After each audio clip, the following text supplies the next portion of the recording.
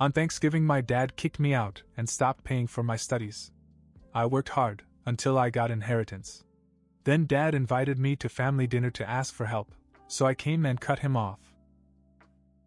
Thanksgiving wasn't something I was looking forward to that year, but I showed up anyway. It felt more like an obligation than anything else. My dad had remarried almost immediately after the divorce to Scarlett, a woman barely 3 years older than me. She had the whole model actress thing going on, blonde, tall, always posting about her perfect life on social media.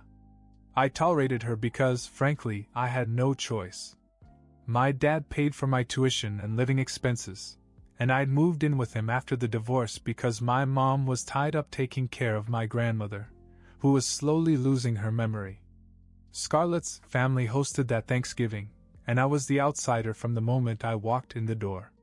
Her parents and siblings barely acknowledged me, save for a few half-hearted smiles. The vibe was clear: you don't belong here. I sat at the far end of the table, away from the inner circle of her family, where my father and Scarlett were the center of attention. I kept my head down, shoveling mashed potatoes and turkey, pretending not to notice the whispers and sideways glances from across the table. Scarlett's sister leaned over to another relative and whispered loud enough for me to catch parts of it. "Is that the child from his first marriage?" "Yes." "Poor guy, probably doesn't know he's being phased out." I clenched my jaw but didn't say anything.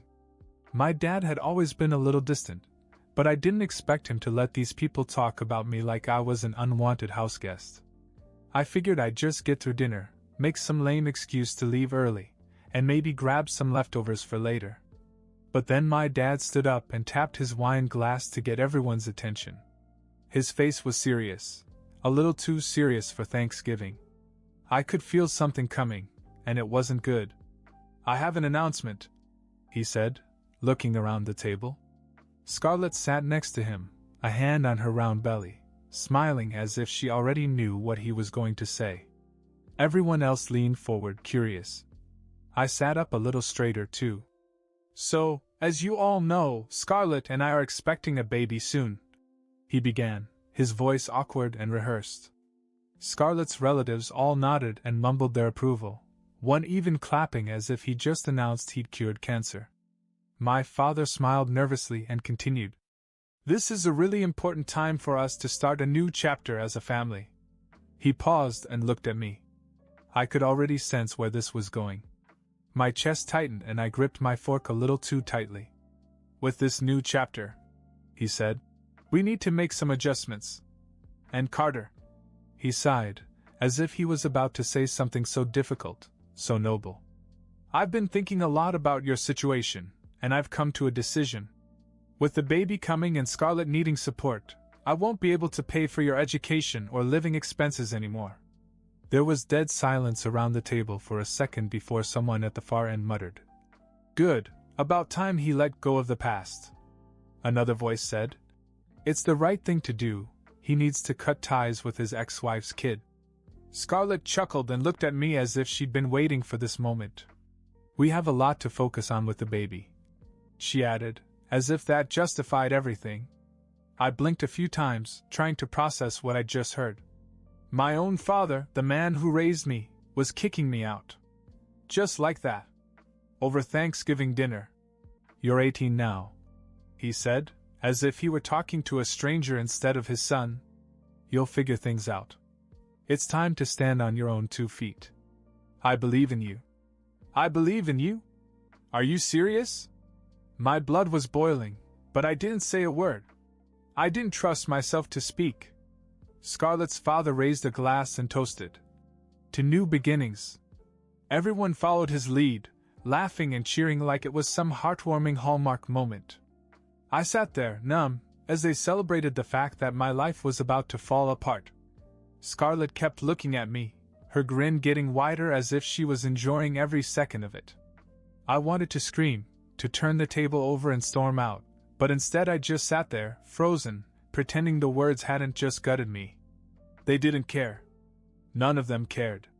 Not my father, not Scarlett, not anyone at that table. I was just baggage to be tossed out for their new chapter. Packing up wasn't new to me.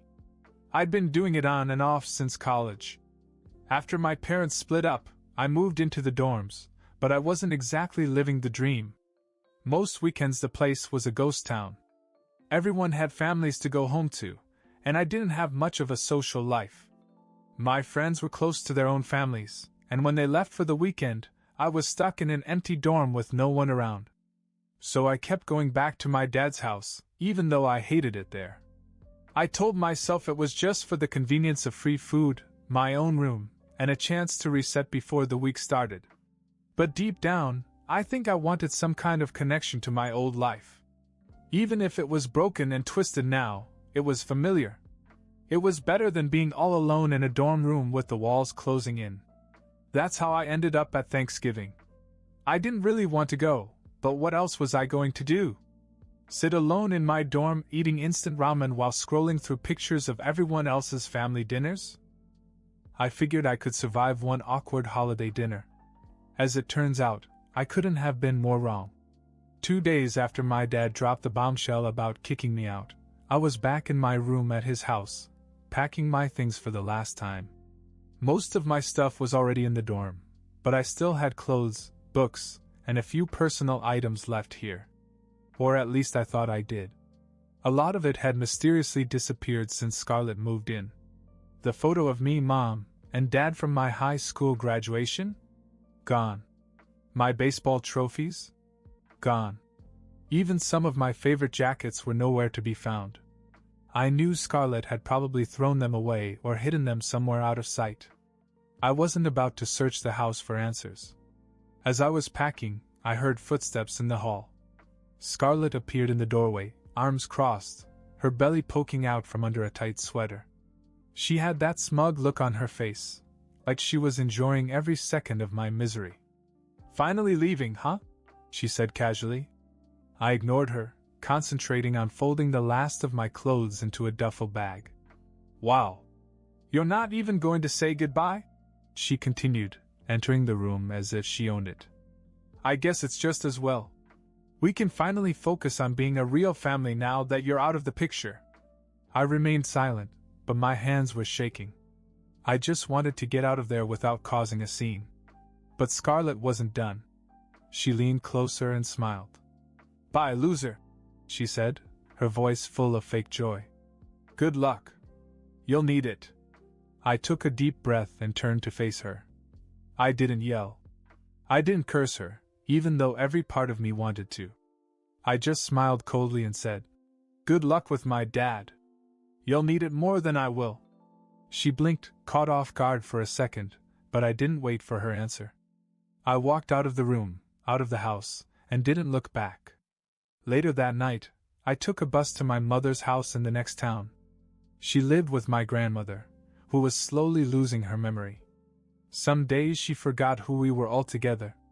Mom had been taking care of her full-time since the divorce, so she couldn't work.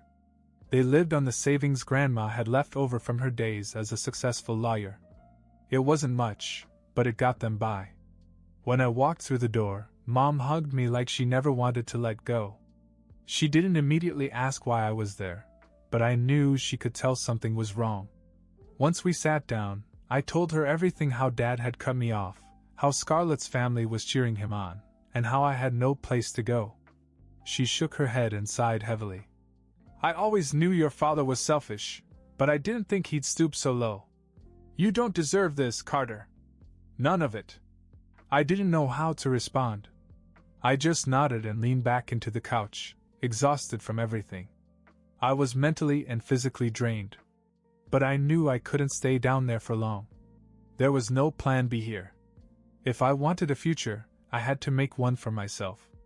The next few weeks were tough. I started working nights at a nearby McDonald's and took day shifts as a bike messenger. The schedule was brutal. I barely slept and was constantly running on fumes. I kept thinking about my dad and Scarlett, imagining them living comfortably in that house, pretending I didn't exist. Their words echoed in my head during those long, lonely nights. Loser. In the way. Not part of the family. But I wouldn't let that define me. Every shift, every delivery, I told myself I'd prove them wrong. I was going to show them I wasn't a failure. I would survive and thrive without them. Months passed, and life was a blur of work and exhaustion. I'd wake up after a few hours of sleep, ride my bike for hours delivering groceries, then ride to McDonald's for the night shift. Rinse and repeat. I didn't even have time to think about school. Tuition was out of reach, and my dream of graduating from college felt like it was slipping away with each passing day. Mom was doing her best to stay strong, but taking care of Grandma was wearing her down. Grandma's memory problems were getting worse. Sometimes she'd have moments of clarity, remembering who I was and even asking about my dad. But most days she was confused and lost in her own thoughts. I hated seeing her like that. She had been this sharp, no-nonsense lawyer when I was younger, and now she didn't even recognize the house she lived in. I came home one night after a long shift at McDonald's, my clothes smelling like fryer grease. I found Mom in the kitchen, crying quietly at the table. She didn't hear me come in at first. "Mom?" I asked gently. She quickly wiped her eyes and tried to smile, but I could tell something was wrong. "It's Grams," she said quietly. "She's gone." I stood there in shock. Gone? Just like that? The next few days were a blur of phone calls, arrangements, and family members we hadn't seen in years coming out of the woodwork. It was overwhelming. The funeral was small and somber, just a handful of people who had known Grandma in her better days. I didn't cry during the service. I don't know why. Maybe I was too numb to feel anything. But after everyone left, and it was just me and Mom standing at her grave, it finally hit me. Grandma was really gone. What I didn't expect was what came next. A week after the funeral, Mom and I were called into a lawyer's office. Grandma had left a will, and I figured whatever was left would go to help Mom with her expenses. We weren't expecting much, since we thought most of her savings had already been spent on her care. The attorney greeted us and began to read the will. Then he got to the part that left us both speechless. "To my grandson, Carter, I leave the house and $48,000 to help him start his future. Do with it what you will. Just don't let me down." I froze. I heard the words, but I didn't believe them. I turned to Mom, and she looked just as stunned.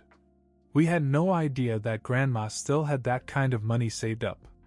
For the first time in a long time, I felt something shift inside of me. It wasn't just relief, it was hope. Real, tangible hope. I could go back to school. I could make a life for myself. I could finally breathe. Mom hugged me, tears in her eyes. "She believed in you, Carter. She always did." The money wasn't enough to live on forever, but it was enough to start over. I quit both my jobs, enrolled in a nearby college for the next semester, and started planning my future. For the first time in months, I could see a path forward. But just as things were starting to settle down, my phone buzzed with a message from my dad. I hadn't heard from him since Thanksgiving. "Hey, Carter. I'd like you and your mom to come over for dinner. There's something I want to talk to you about." I stared at the message for a long time. Mom wasn't interested in seeing him, she made that clear right away. "He's probably in the middle of something," she said. "If you want to go, fine. But don't let him take advantage of you." I didn't want to go either, but curiosity got the better of me. I wanted to know what he wanted. So, against my better judgment, I agreed to meet him. The weekend came and I went to his house. Scarlett met me at the door with a baby in her arms. I hadn't even known the child was born. He was 5 months old now, but honestly, I couldn't bring myself to care. This child meant nothing to me. Neither did Scarlett. She didn't say much when I came in, which was fine with me. I didn't want to hear her voice. Dad was waiting for me in the dining room. We sat down and he immediately launched into an awkward speech about how sorry he was to hear about Grandma's passing. He said he knew how hard it must have been for my mom. It was all so fake, like he was following a script. Then he got to the real reason he invited me. "I know your grandmother was a successful woman," he said, trying to sound casual. "She probably left a good legacy. Did you or your mother get it?" I could see where this was going. I took a sip of water and said, "I did. She left me the house and some money. Dad's eyes lit up, but he tried to play it cool. Wow, Carter. That's great. I'm really happy for you. He paused, then leaned forward. Listen, I've been meaning to talk to you about something. Things have been tight around here lately.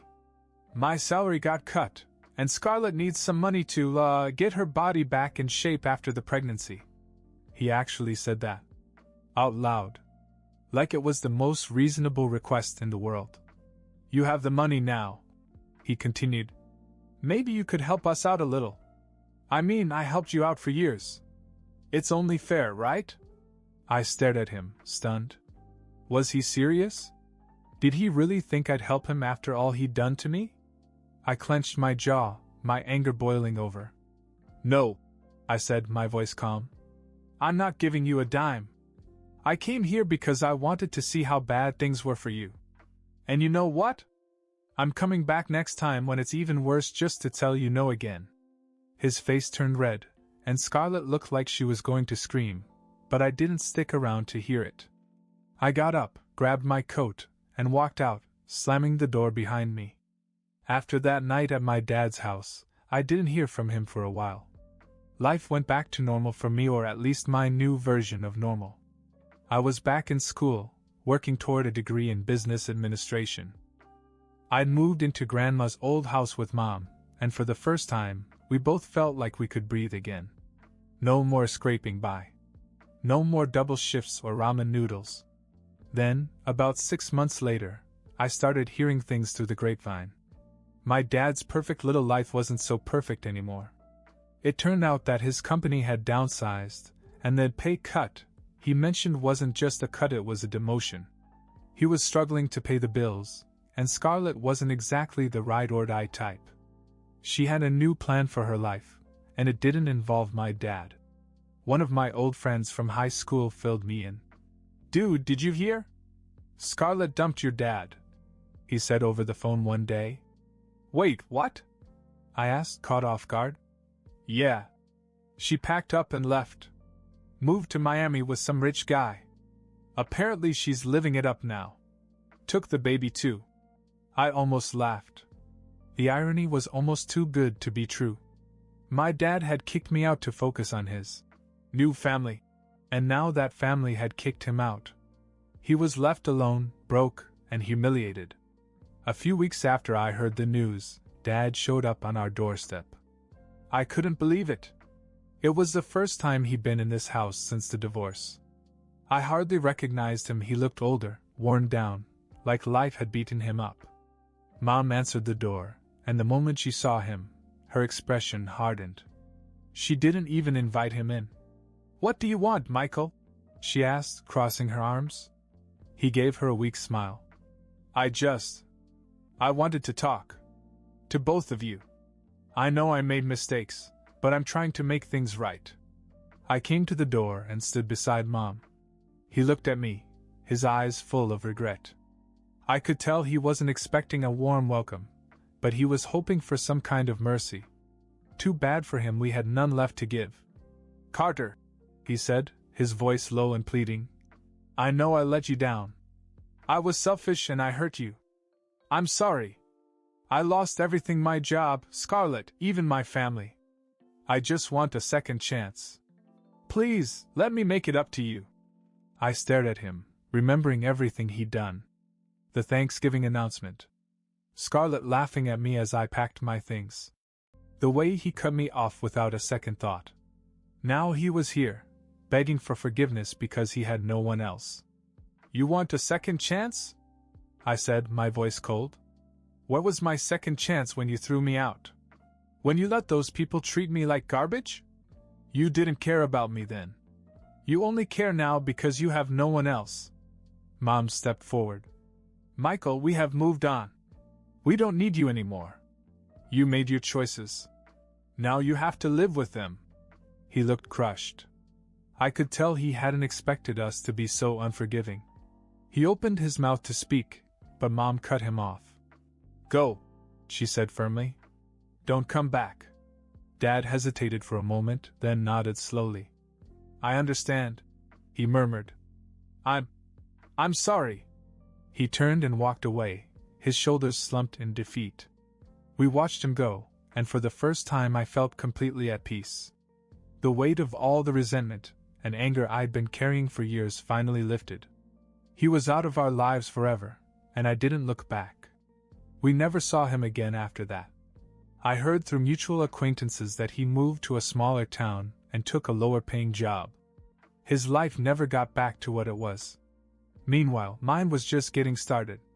I was building something real, something he could never take away from me. And that was the best revenge of all. 1 year later, everything was different. I'd found my footing and was finally making good money. I got a job at a marketing firm while still finishing my degree. It wasn't glamorous work, but it paid well and gave me the experience I needed to move up. For the first time in my life, I wasn't just struggling to make ends meet. Mom had also started working again. It was hard for her to move on after Grandma died, but she eventually found a job at a local nonprofit. It gave her a purpose, and seeing her happy and thriving again gave me a sense of peace. We didn't have to worry about bills or whether we had enough money for food. We were stable. The money Grandma had left me hadn't gone to my education, as Mom had wanted. She had insisted that I use it to pay for college and invest in my future. But I couldn't do that. That money was a gift from Grandma to help both of us. Instead, I gave most of it to my mother to help her rebuild her life. She tried to argue at first, but I told her the truth. "I have to do this on my own. I want to grow up, Mom. I want to stand on my own 2 feet, not depend on anyone." She understood. After all we'd been through, she saw how much I had changed. I wasn't the same lost kid who had been thrown out on Thanksgiving. I had learned how to fight for myself, how to persevere, and how to build a future out of nothing. The old me, the boy who depended on his father for everything, was gone. In its place was someone who knew what it meant to be independent, to be a man. I wasn't bitter anymore. I didn't need revenge or validation from my father. He was a ghost of the past, someone who had made his choices and had to live with them. I wasn't going to waste any more of my life chasing his approval. From now on, I was in control. I was building a life for myself, brick by brick. And with every step I took, I knew my grandmother would be proud. This was now my story. Not his. Not anyone else's. Mine.